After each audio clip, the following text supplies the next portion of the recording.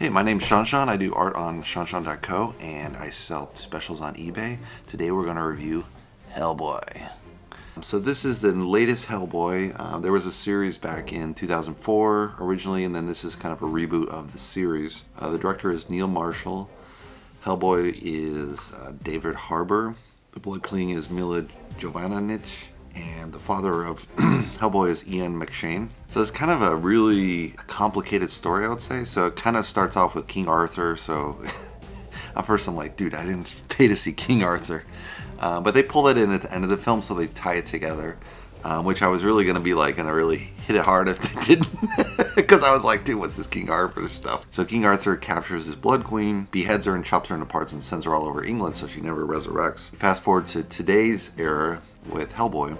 He's sent off to first get these giants that are roaming all over England. So he goes, and his dad is this Professor Broom, played by Ian McShane, and they go up to the north, to England, to capture these giants. So Hellboy's shown around, this Knights of, I can't remember what, and they show him like how they killed all these giants before, and he's like, yeah, let's get to the chase. Hey, you want a drink? No, I don't want a drink. Let's just go. So they go on the case, and they're about ready to encounter the giants. And right when they get the giants, they start to kill Hellboy. So it's a total betrayal, right? So that's one really kind of fun plot twist. I don't know if it works completely with the rest of the story, but it kind of adds a really nice mix in there. And later you find kind of the origins of Hellboy, where he comes from. There's a wrestling scene in the beginning as well. I think maybe, I would have started the movie with the wrestling scene, then the King Arthur scene I would have brought back in later. Like they capture one of the lords, and then like the lord scene when they're explaining like the history of the lords, then I would have shown the King Arthur scene.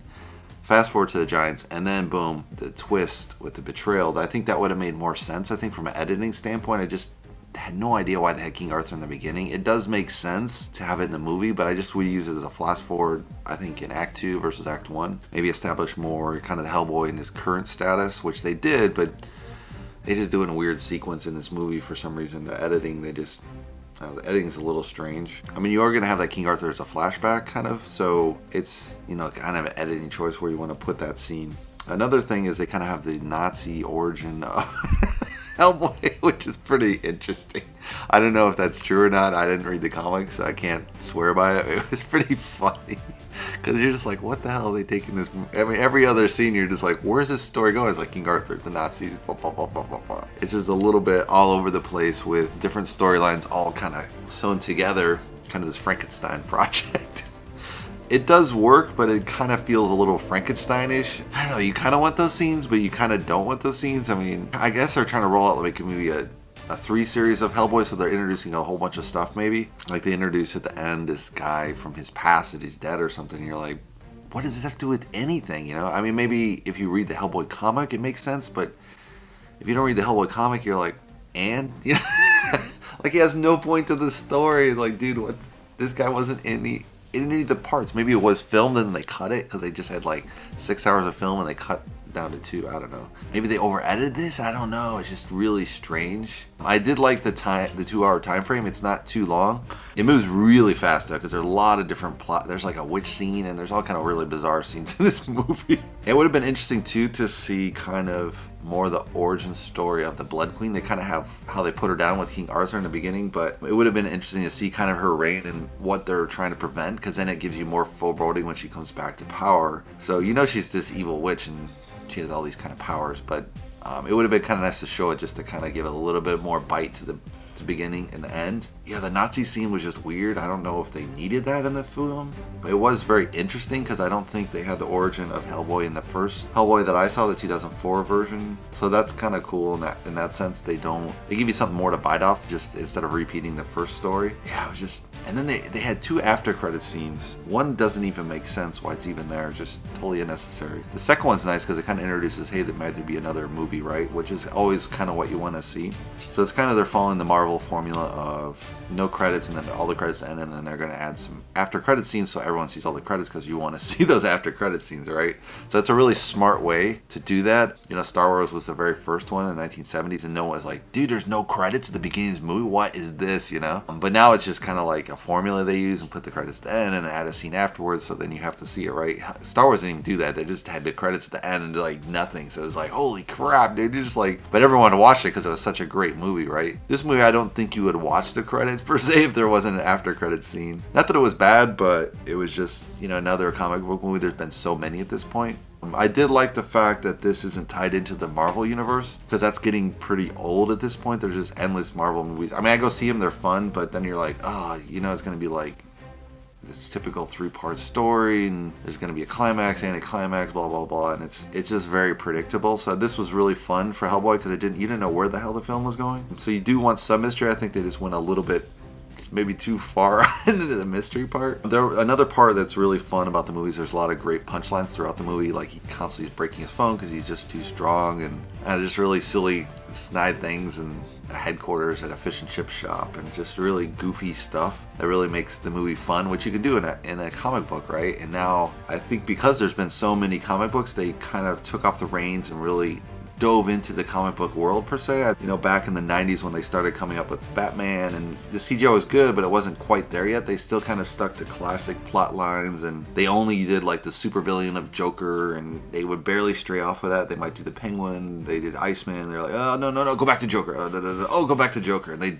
would never get away from Joker, which was the arch nemesis of Batman, but it was just kind of lame in the sense that they just did endless versions of the Joker. You're like, I mean, there was 3 Jokers. Like, come on, dude. You know how many other villains that Batman's taken on and you guys didn't even cover? So that was really disappointing when they did the original Batmans back in the day. But they constantly were changing directors and actors, and they know what the hell they're doing. You know, there was no sense of planning out like, say, a Star Wars was planned out. So this movie kind of is nice in the sense that there's only, as far as I know, there's like a couple Hellboys from a decade ago, and now there's this new Hellboy. So there's not too much, and it works in its own universe, so you don't have all that legacy stuff like a Marvel movie would, which sometimes can be good, but sometimes can be like, oh, dude, this again?